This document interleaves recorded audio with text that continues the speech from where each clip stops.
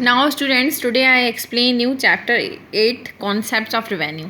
देखिए, रेवेन्यू क्या रहता है कि हमें कहीं से भी कुछ क्या होना, रिसीव होना। ओके, तो रेवेन्यू की मीनिंग देखिए इकोनॉमिक्स में, revenue is that sales proceed which a firm obtains from the sale of its output. देखिए, रेवेन्यू क्या है? रेवेन्यू क्या है? एक सेल प्रोसीड है जिसमें जो भी फर्म होता है वो अपने आउटपुट से क्या करता है, उसको सेल करके रिसीव करता है। तो रेवेन्यू क्या है? इज़ दैट सेल्स प्रोसीड, मतलब सेल्स में से जो रिसीव हो रहा है, जो फर्म ऑब्टेन करती है।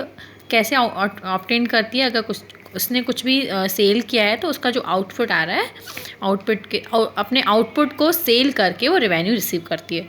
Okay, the object of the firm is to maximise its profit. देखिए, फर्म का जो ऑब्जेक्ट रहता है वो क्या रहता है कि अपना प्रॉफिट बढ़ाना।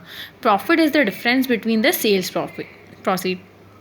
देखिए, सेल्स प्रोसीड का जो डिफरेंस बिटवीन रहता है वो क्या रहता है? Profit, that is revenue and cost. Profit equal revenue minus cost. Then इसके बाद देखिए कॉन्सेप्ट्स ऑफ रेवेन्यू।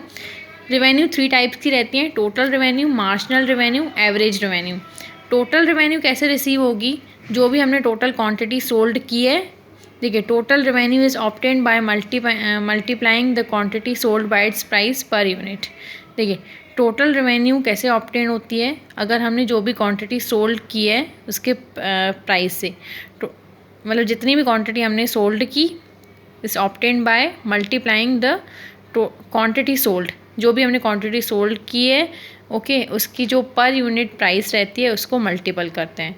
जैसे देखिए, टोटल रिसिप्ट फ्रॉम सेल, जितनी हमने क्वांटिटी सोल्ड की उसमें मल्टीप्लाई कर देंगे प्राइस पर यूनिट। देन इसका एग्जांपल देखिए आप, a seller sales 500 unit at the price ₹10 per unit.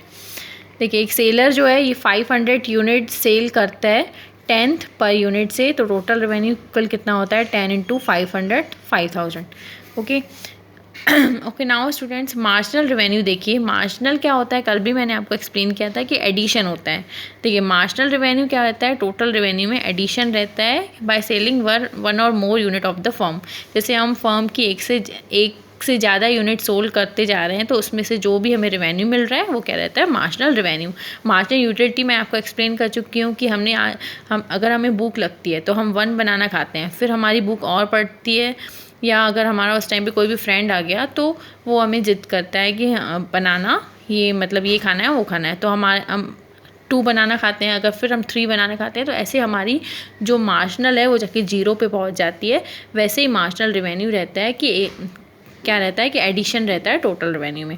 Marginal revenue is the change in total revenue on account of the sale of 1 और more unit of the output.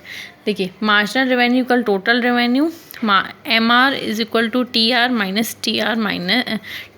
Minus 1। Marginal revenue of nth unit, total revenue of nth unit, total revenue of n minus 1 unit. अब देखिए, average revenue क्या रहता है? Average तो आपको पता होगा कि कैसे निकाला जाता है। कुछ भी जितने भी सम्स रहते हैं या कोई भी यूनिट्स रहती हैं उन सबको टोटल करते हैं और अपॉन नंबर ऑफ कर देते हैं। ओके, तो यहाँ पर देखिए, revenue obtained per unit of output sold is termed as average revenue. देखिए, जो भी हमने सोल्ड किया है ना, जो भी रेवेन्यू ऑब्टेन्ड हो रही है, जैसे यहाँ पे एवरेज रेवेन्यू इक्वल TR/Q रहता है, मतलब टोटल रेवेन्यू अपॉन जितनी हमने क्वांटिटी सोल्ड की है। Okay students, the topic has been completed and next topics and next concepts will be started from tomorrow. Thank you.